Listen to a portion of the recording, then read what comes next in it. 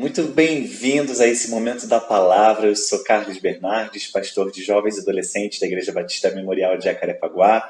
Essa igreja, esse canal, que não é apenas um canal virtual, um canal do YouTube, mas é uma igreja viva, uma igreja operante, uma igreja que ama a palavra e que ama o Senhor Jesus. Então, muito bem-vindos a esse tempo tão especial. Certamente você sabe que a gente está num período de distanciamento, que a gente está vivendo aqui em 2020, esse tempo de pandemia, e eu imagino as saudades que cada um de vocês, cada um dos meus irmãos, dos nossos irmãos da nossa igreja, tem vivido de estar juntos, de estar adorando ao Senhor. Mas eu quero te encorajar a continuar orando depois de 7 meses que a gente não se reúne como igreja, no nosso templo, no nosso espaço tão gostoso. A gente não pode se esquecer de continuar orando pelo controle dessa doença, pelas pessoas enlutadas, pelas pessoas que perderam seus entes queridos, pela situação mundial, pela vacina, pelos avanços da medicina nesse problema tão grande que nos alcança, para que a gente possa, com tranquilidade, em breve, se o Senhor assim permitir, estar juntos na nossa igreja para adorar o Senhor Jesus. Amém? Então, continue orando, continue nesse propósito para a gente permanecer juntos. Bem, meus irmãos, eu quero continuar então a nossa série de mensagens no livro de Atos. Então, eu já peço para você abrir a sua Bíblia aí em Atos, capítulo 23. A gente vai ler hoje do versículo 12 até o 35. Mas antes da gente fazer a leitura das Escrituras Sagradas, eu quero lembrar o que está acontecendo nesse momento da história de Atos dos Apóstolos, o começo da igreja, o movimento missionário, e a partir de um determinado momento dessa carta, dessa narrativa de Lucas, que traz para a gente com tantos detalhes os Atos dos Apóstolos, o que aconteceu, para onde eles foram, como o evangelho se espalhou pela Ásia Menor, entre os gentios, entre pessoas que não conheciam Jesus ainda após a sua partida para os céus, depois da sua ressurreição. Então esse livro fala sobre isso. E hoje, nesse momento da história aqui que a gente vai ler, esse trecho de Atos 23, a gente vai conhecer o momento que Paulo já está vivendo desde o capítulo 22. A gente vai entender nesse momento o desenrolar de uma história que começou no capítulo 21, na verdade.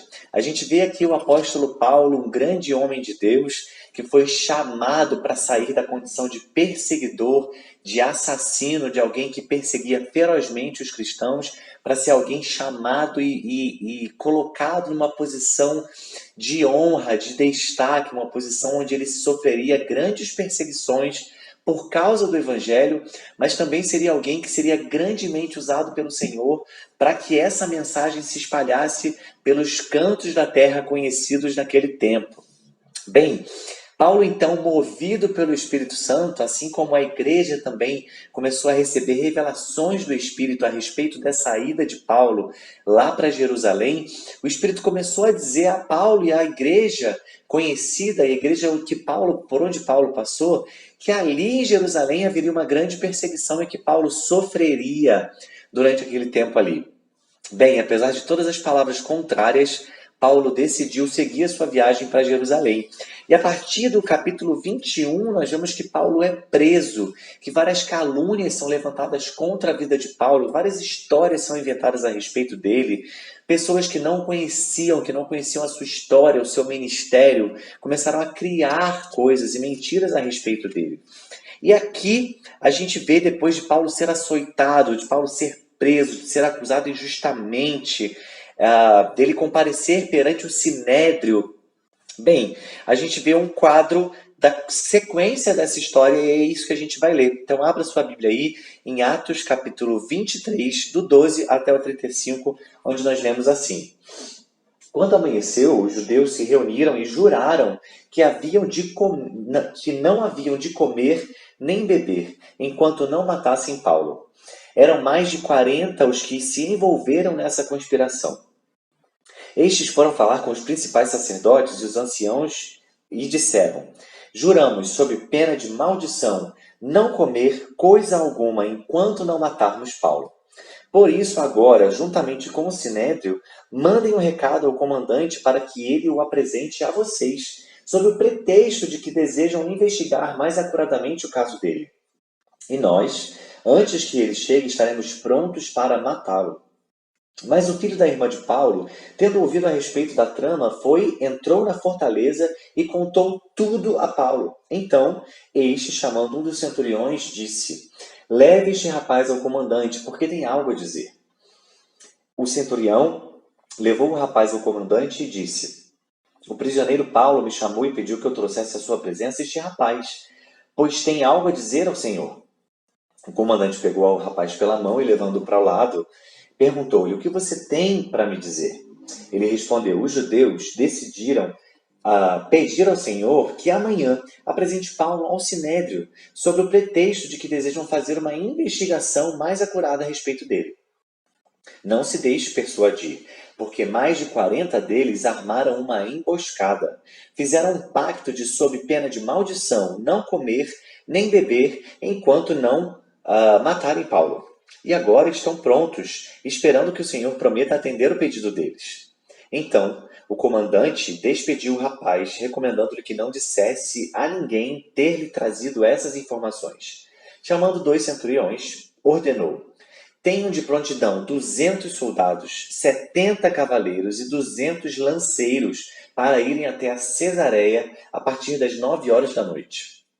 Preparem também animais para fazer Paulo montar e levem-no com segurança ao governador Félix.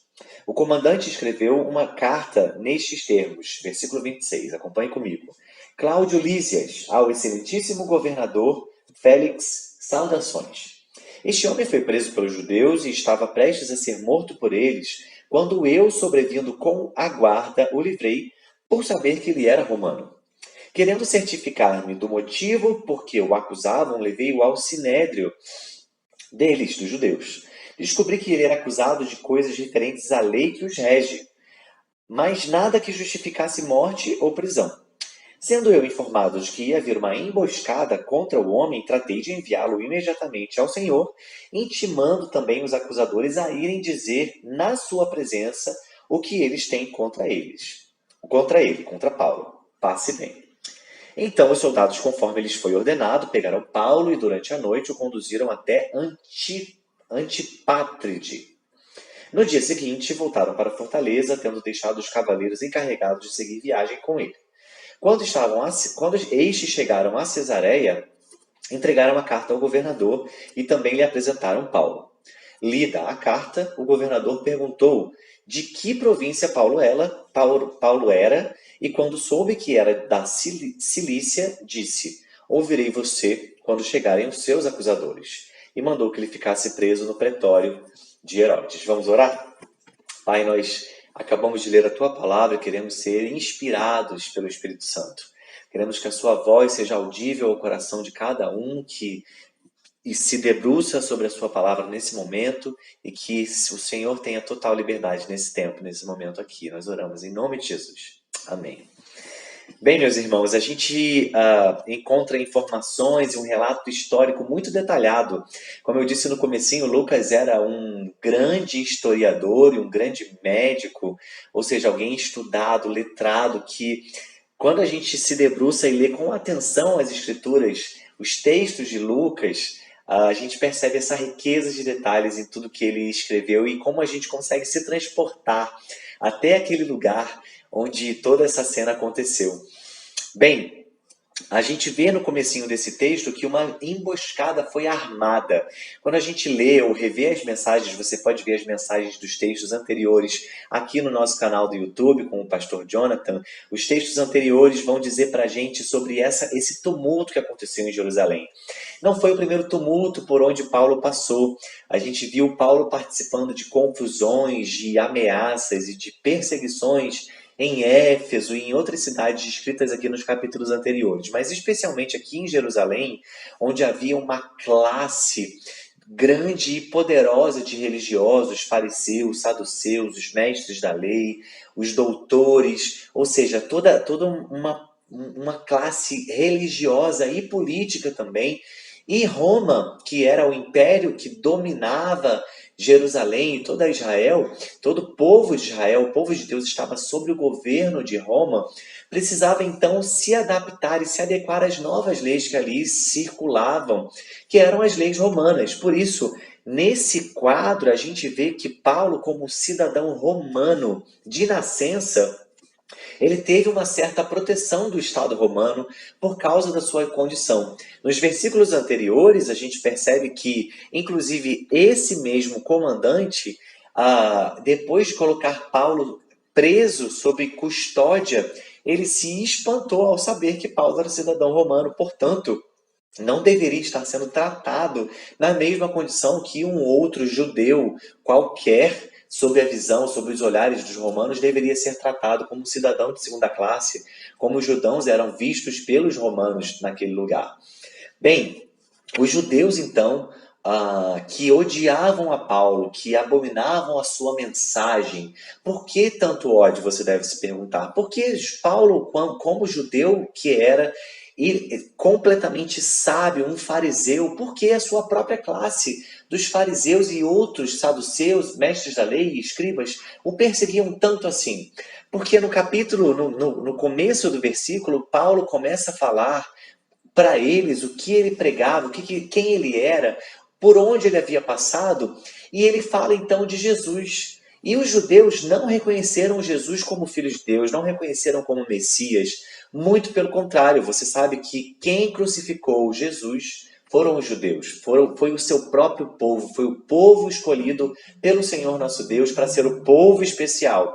Foi esse povo mesmo que crucificou Jesus, que fez também uma grande conspiração, acusou até levá-lo a uma sentença de morte, até um julgamento e a morte na cruz, a pior morte que alguém poderia passar ou ser condenado naquele tempo. O mesmo quadro se vê aqui, judeus tentando fazer uma conspiração, tentando fazer uma emboscada para que Paulo fosse então no meio do caminho morto. Qual que era a estratégia? Eles queriam que, olha, nós vamos chamá-lo novamente para que ele seja interrogado no Sinédrio, no lugar de julgamento pelos mestres e doutores da lei, e ali, antes dele chegar no meio do caminho, ele vai ser morto por nós, um grupo de aproximadamente ou mais de 40 homens. Nesse lugar, esse burburinho circulou pela cidade e a gente vê o único relato da família de Paulo, da sua irmã e do seu sobrinho, que não são citados mais em lugar nenhum nas Escrituras, mas a gente vê que eles estavam ali em Jerusalém. A gente sabe que Paulo não era de Jerusalém, natural de Jerusalém, mas talvez a sua família estivesse morando lá, ou eles estivessem vindo a Jerusalém sabendo que Paulo estaria ali. E ali o sobrinho dele vai até Paulo na cadeia, consegue acesso a ele e consegue dizer sobre essa emboscada que estava sendo tramada para os próximos dias, quando ele fosse talvez levado novamente para o Sinédrio para responder essas perguntas.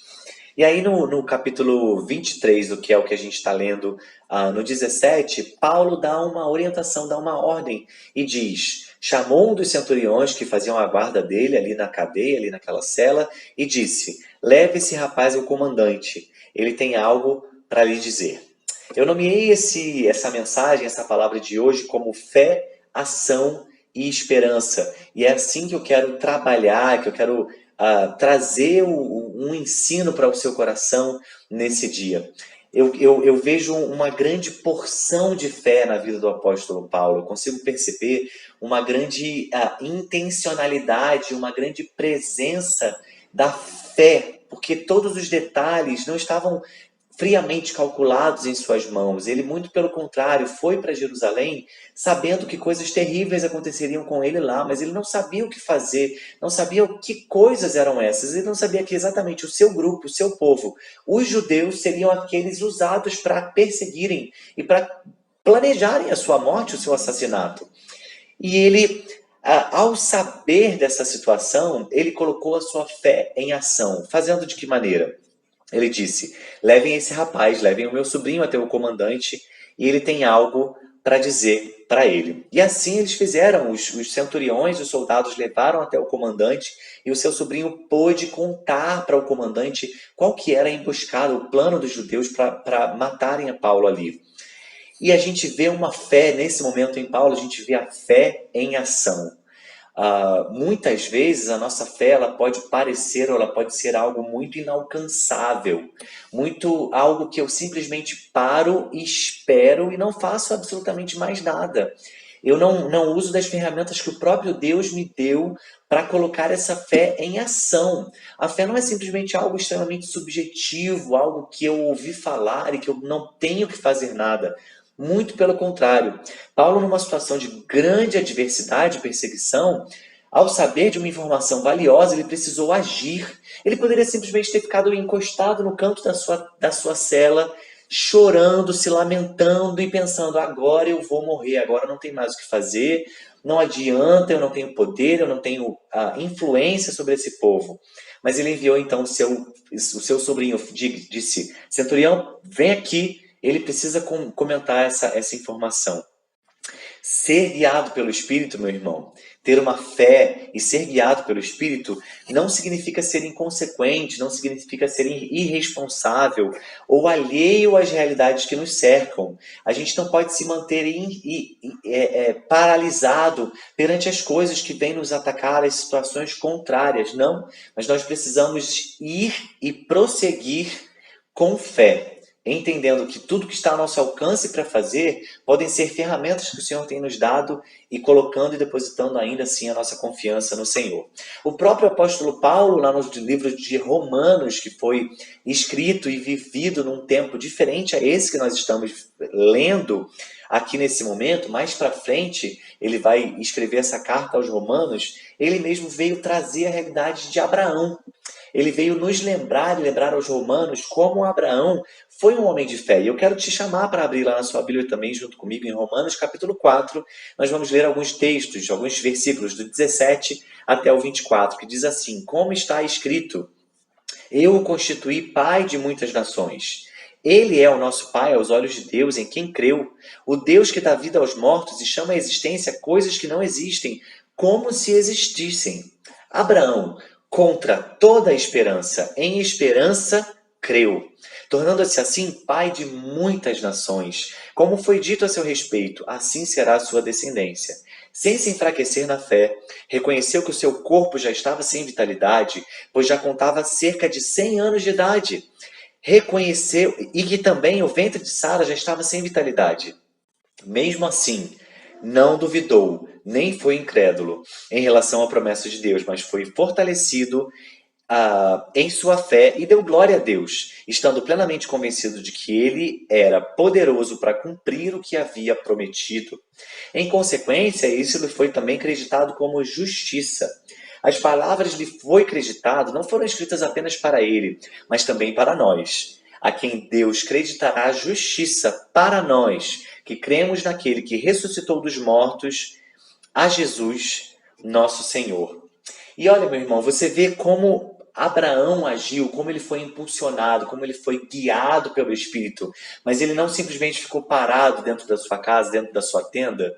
Não. Ele simplesmente foi impulsionado, ele começou a dar passos, ele começou a avançar. Ele se moveu em direção à promessa de Deus. E apesar da sua avançada idade, ele creu. Assim como Paulo, preso, não esperou a morte chegar. Ele avançou e fez tudo o que ele podia, mesmo estando preso, com poucos recursos, tudo o que ele podia, para que aquela situação fosse resolvida e a promessa de Deus sobre a vida de Paulo, que era chegar até Roma e proclamar aos romanos, se cumprisse. Bem, e o que é fé? O que é essa fé que a gente tanto fala? A fé, meu irmão, é algo que funciona assim, de uma maneira bem prática. Eu quero compartilhar isso com você nesse dia. A fé, você não sente nada, você não ouve nada, você não vê nada, mas mesmo assim você crê. Eu vou repetir para isso ficar gravado no seu coração. Você não sente nada, você não vê nada, você não ouve nada, mas mesmo assim você crê. E você não crê em qualquer coisa, você não crê em qualquer promessa, você não crê em qualquer história que te contam. Você crê em algo que você conhece, não é assim? Porque se um desconhecido chega no ponto de ônibus e faz alguma promessa para você e fala que vai fazer tal coisa, ou te conta uma história, por ser um desconhecido, você talvez, certamente, não vai dar muita atenção, muito crédito a essa pessoa que sem te conhecer, te promete e fala coisas a seu respeito. Mas quem você conhece, alguém da sua família, algum irmão, seu marido, esposa, alguém da sua confiança, quando essa pessoa te fala algo, compartilha alguma informação com você, ou promete algo para você, aí sim, tem pessoas que você crê porque você conhece, você pode acreditar nelas, e tem pessoas que ainda assim você conhece, mas que você não crê, porque essa pessoa não é digna da sua confiança, não é assim? Então eu não posso crer em algo que eu não conheço. E aí eu quero falar sobre uma fé cega, que é o ponto número 2 da nossa palavra de hoje. Uma fé cega é uma fé que nega a realidade. É uma fé que vê as situações à sua volta, talvez, como a gente costuma utilizar, está tudo desmoronando à nossa volta.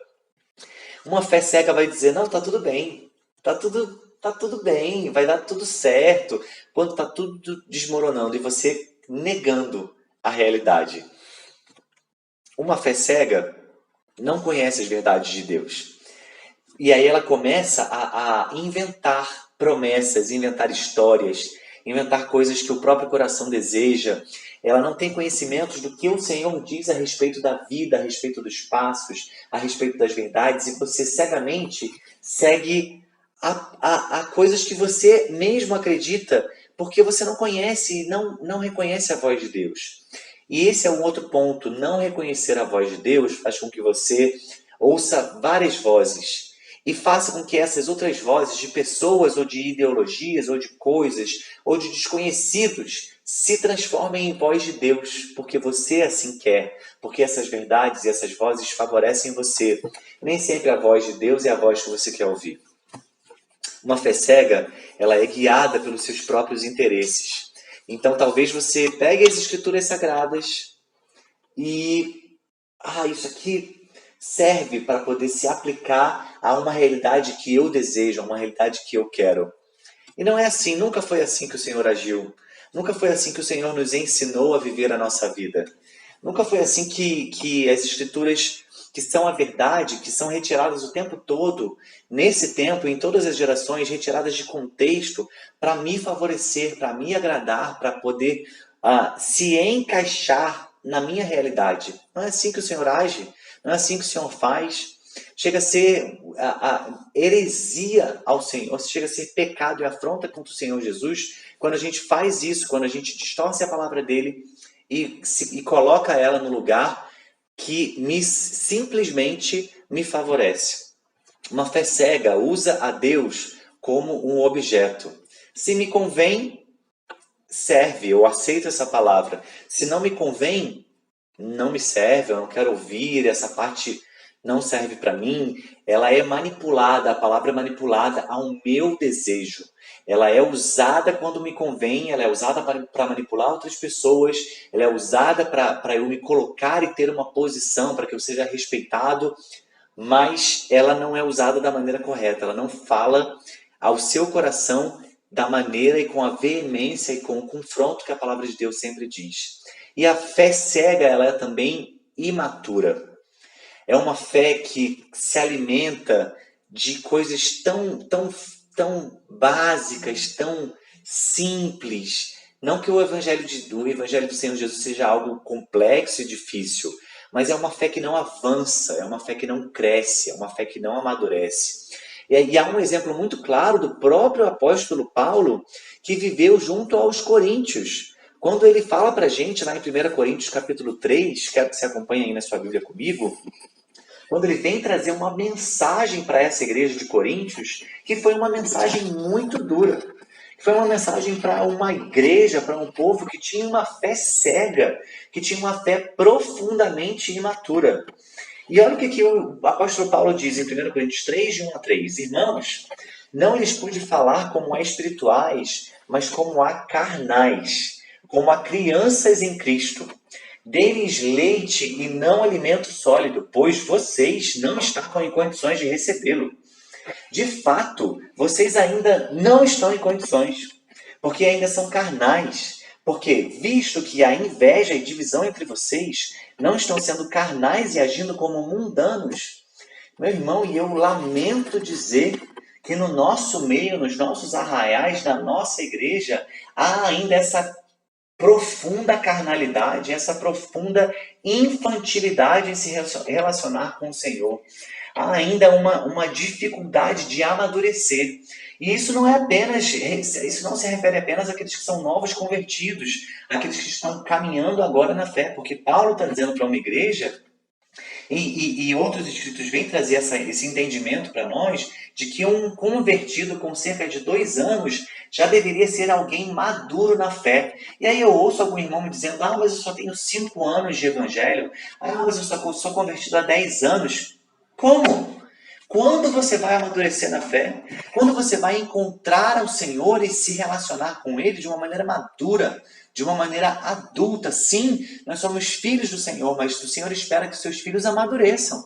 Quantos pais querem que os seus filhos fiquem no berçário, tendo as suas fraldas trocadas, tomando leite, sendo cuidados o tempo todo, sendo cuidados para não colocar o dedo na parede, sendo cuidados para não caírem da cama, sendo cuidados o tempo todo? Por quanto tempo?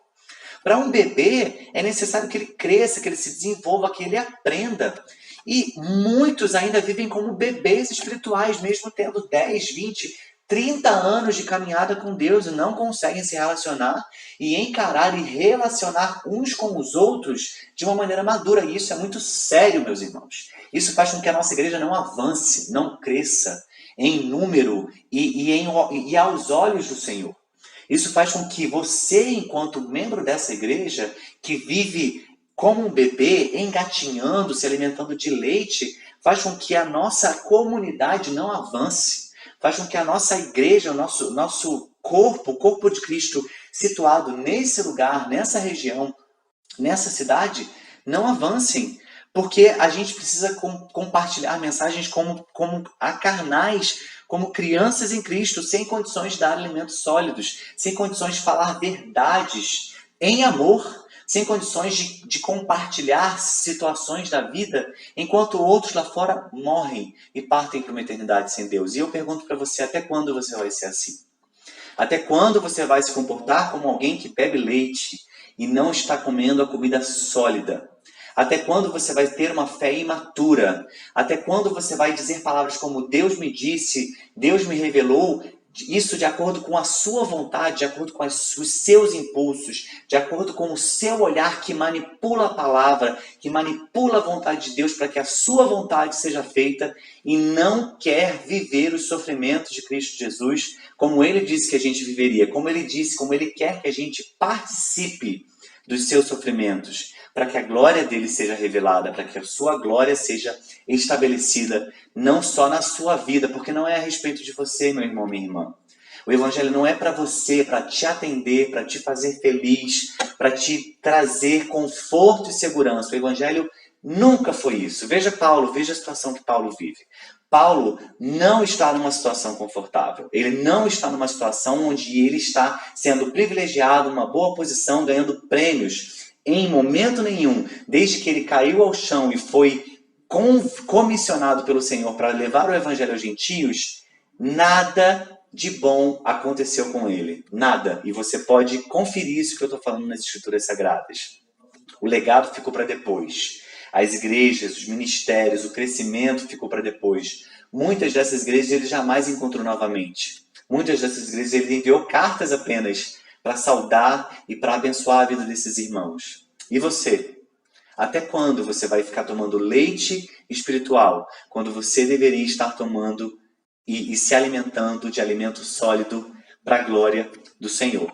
Isso acontece, meus irmãos, quando nessa situação, nesse quadro em que Paulo está vivendo, ali no versículo 28, a gente vê a sequência dessa história. Assim ele o levou seu sobrinho ao comandante. Então disse o centurião: Paulo, o prisioneiro, chamou-me e pediu-me que trouxesse esse rapaz, pois ele tem algo para te falar. O comandante tomou o rapaz pela mão, à parte, e perguntou: o que você tem para me dizer? Paulo, nessa situação, poderia ter fé na vida dele. Eu sou um grande apóstolo, eu sou alguém que viu o Senhor Jesus e tem direito de ter uma vida boa, de ter um lugar, uma posição, porque Deus, o próprio Jesus apareceu diretamente para mim e Ele não vai deixar que isso aconteça comigo. Isso seria fé na vida, fé na sua própria capacidade, fé no seu próprio dom. Ele poderia ter fé na sua família. Afinal de contas, a irmã dele e o sobrinho dele estavam ali, e ele poderia esperar que o sobrinho e o irmão o salvassem dessa situação.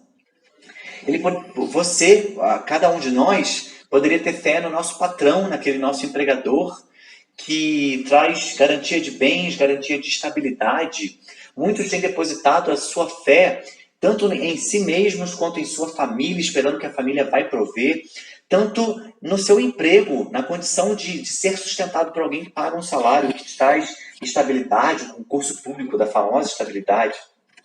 Paulo poderia ter fé no governo. Agora que o comandante já sabe da minha história, agora que os centuriões já sabem da minha história e que há um complô contra mim, eles vão me salvar. Assim como hoje, muitas facções políticas foram criadas nos últimos anos, principalmente desde as últimas eleições presidenciais, onde há a esperança de que o grande Messias, presidente do nosso país, seja aquele que vai nos salvar, que vai nos resgatar de uma situação e vai transformar toda a humanidade, toda a história do nosso país em apenas 4 anos, com o seu braço forte, com as suas políticas rígidas e a favor da família. Meu irmão, deixa eu te dizer, nem o presidente, nem o vereador, nem o governador, nem o prefeito, senadores e deputados estaduais e federais têm esse poder. Eles não têm. Nossa confiança nunca pode estar depositada em pessoas. Nossa confiança nunca pode estar depositada na família, no patrão, em nós mesmos, nos governantes, nos nossos amigos que nos emprestam dinheiro, nos acolhem, nos recebem. Eles não têm o nome de Messias, por mais que isso esteja na identidade deles, como nomes terrenos. Eles não são poderosos o suficiente para nos salvar. Só o Senhor tem esse poder, que conhece o futuro, conhece aquilo que é bom para nós. Talvez entenda isso, talvez o que seja bom para você não é o que o Senhor quer para você. E isso talvez seja muito difícil para você, talvez o Senhor já tenha dito isso para você, e você continua lutando contra a vontade e os desígnios do Senhor na sua vida. É muito cansativo. Desista. Renda-se. E desistir para o Senhor, perder para o Senhor, é se render. É dizer, eu não aguento mais, eu não tenho mais condições. É o Senhor que precisa reinar, é o Senhor que precisa crescer. E a minha vontade precisa diminuir, é isso que eu quero. E para a gente terminar essa palavra, meu irmão e minha irmã, a fé e a esperança, elas andam juntinhas. Quando a gente vê nesse texto, o governador leu a carta e perguntou de que província Paulo era. Informado que ele era da Cilícia, ele disse, ouvirei seu caso quando seus acusadores chegarem aqui. Então, ordenou que Paulo fosse mantido sob custódia no palácio de Herodes. Isso está no versículo 34 e 35. A gente vê, no final desse relato breve, o texto vai continuar, o próximo capítulo. No próximo domingo nós vamos ouvir mais sobre o que aconteceu com Paulo nesse momento. Mas o que o governador disse para Paulo, depois de entender a situação, receber esse prisioneiro, ler a carta do governador, ele leu aquela situação, a carta do comandante, desculpa, ele pensou naquela situação e ele disse para Paulo, espera. Vou esperar os seus acusadores chegarem, eu vou ouvi-lo e você vai esperar. Como cidadão romano, Paulo foi levado para o pretório, que era a residência de Herodes, ou seja, ele não estava num calabouço, ele tinha uma condição que certamente ele não estava sofrendo, muito pelo contrário, ele foi levado por 400 homens até aquele lugar, e foi muito bem protegido e guardado e cuidado até chegar ali, sob a custódia do governador Félix. Mas o que o governador disse quando chegou, quando encontrou com ele? Disse, espere.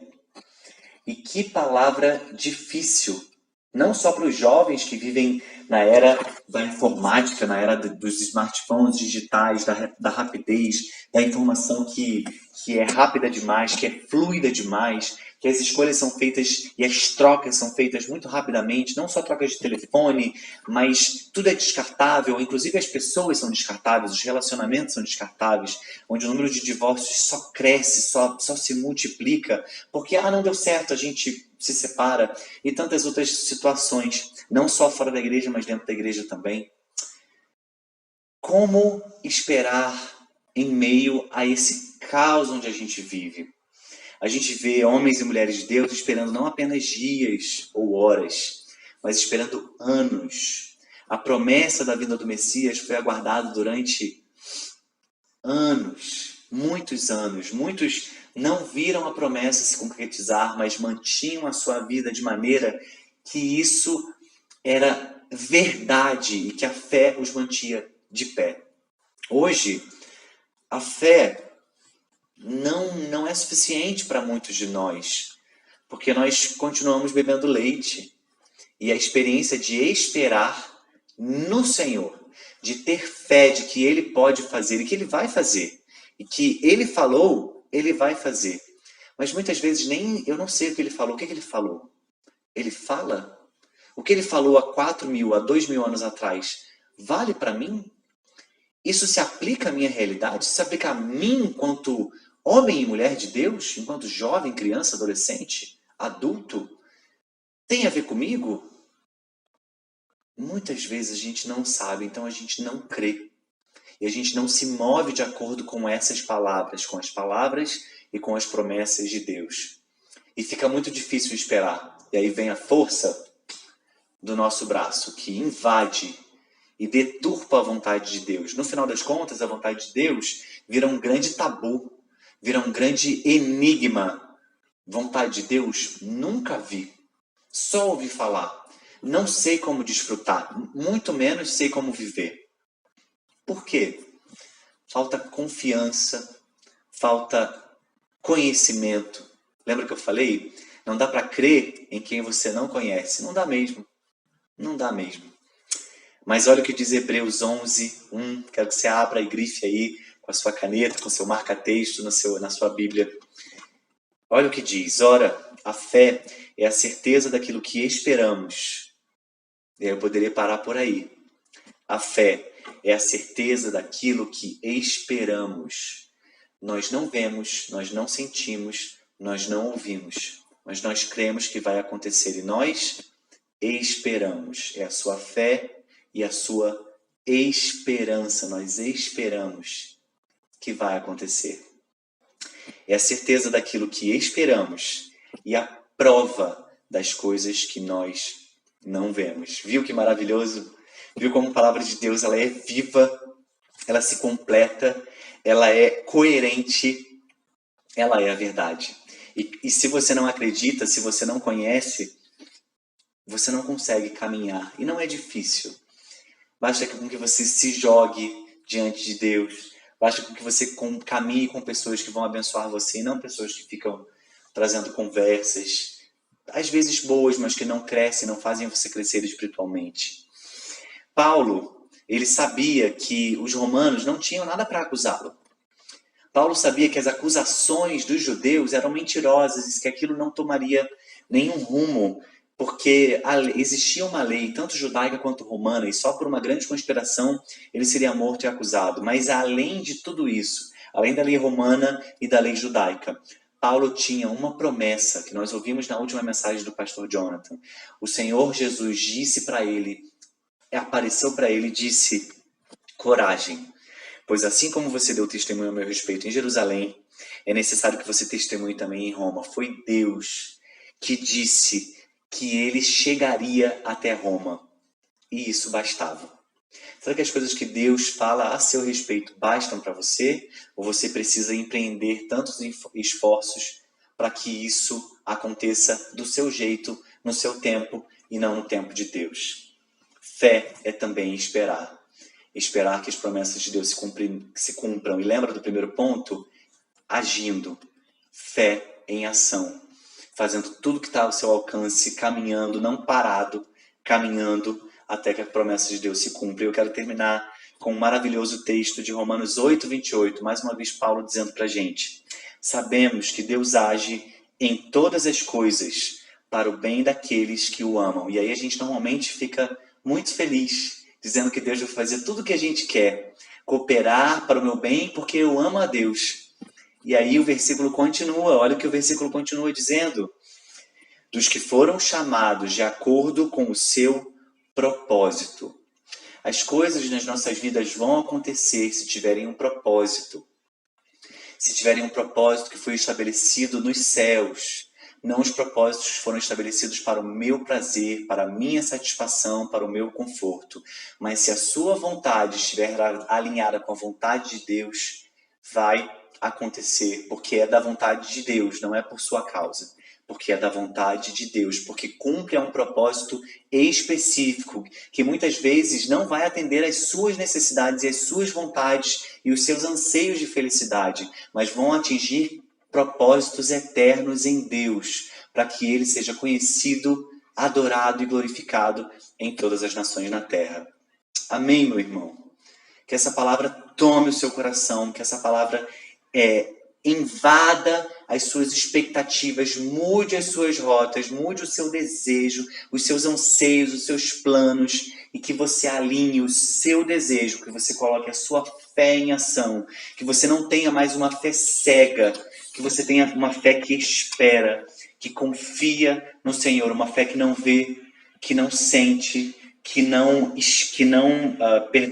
sente, que não ouve, que não vê, mas que ainda assim sabe que vai acontecer, porque há propósitos em Deus, alinhados com os seus propósitos, comunicados um entre si, e aí há o sim e o amém da palavra do Senhor, da boca do Senhor, sobre a sua vida, sobre a sua casa e sobre a sua família.